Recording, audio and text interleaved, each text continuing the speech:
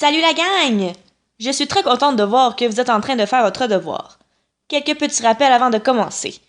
Tout au long de la capsule, il est possible pour vous d'appuyer sur pause pour arrêter la vidéo, le temps d'écrire des réponses et de la reprendre par la suite. Il vous est aussi conseillé de mettre la vidéo sur grand écran afin de bien voir les extraits de texte que je vais vous présenter. Commençons donc la première capsule du devoir sur le livre Le Magicien d'Oz. Je vous rappelle que pour répondre correctement à toutes les questions qui vont se trouver lors du vidéo, il était important d'avoir fini la lecture du livre. Sans cela, il vous sera difficile de répondre clairement aux questions posées.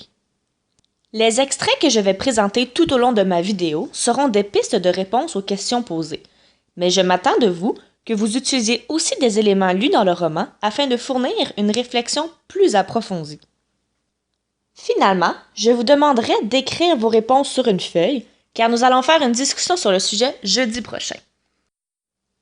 Donc, commençons l'activité. Aujourd'hui, nous allons parler des émotions.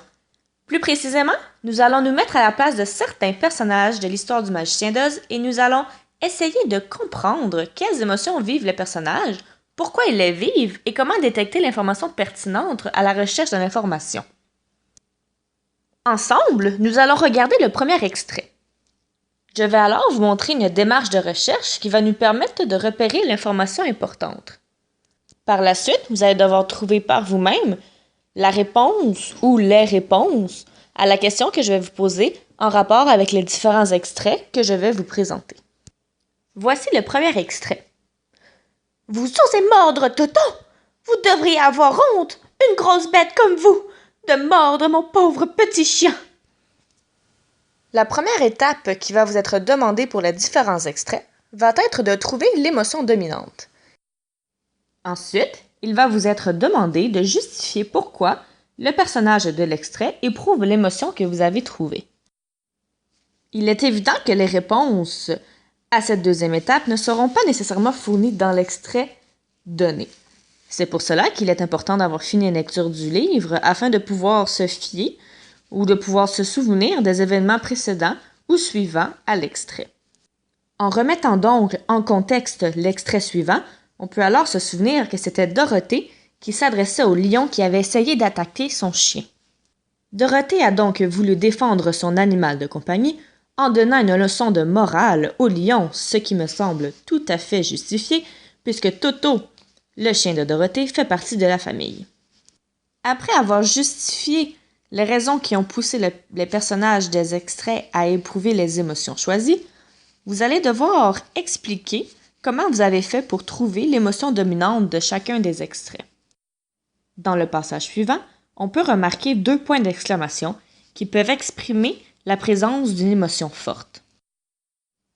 De là, il s'agit de déterminer de quelle émotion forte il s'agit. On peut alors se fier aux différents choix de mots dans la phrase afin de se faire une idée de l'émotion choisie.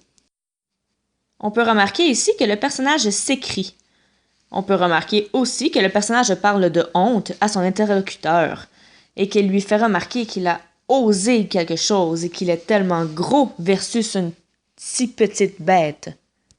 C'est l'ampleur des mots utilisés dans la phrase ainsi que les points d'exclamation qui nous démontrent ou qui nous font réaliser que Dorothée exprime de la colère. Maintenant que je vous ai montré les 3 étapes à faire avec chacun des extraits, c'est à vous de jouer. N'oubliez pas de faire pause sur chacune des diapositives afin de bien pouvoir lire l'extrait et de répondre aux questions de façon claire et juste. On se retrouve à la fin du vidéo!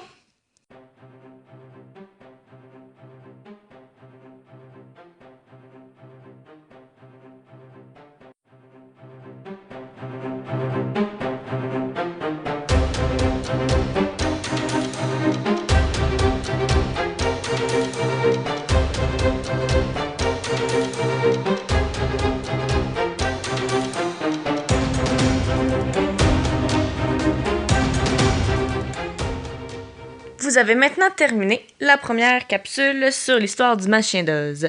J'espère que vous avez bien répondu aux questions et on se voit demain à l'école. Bonne fin de soirée!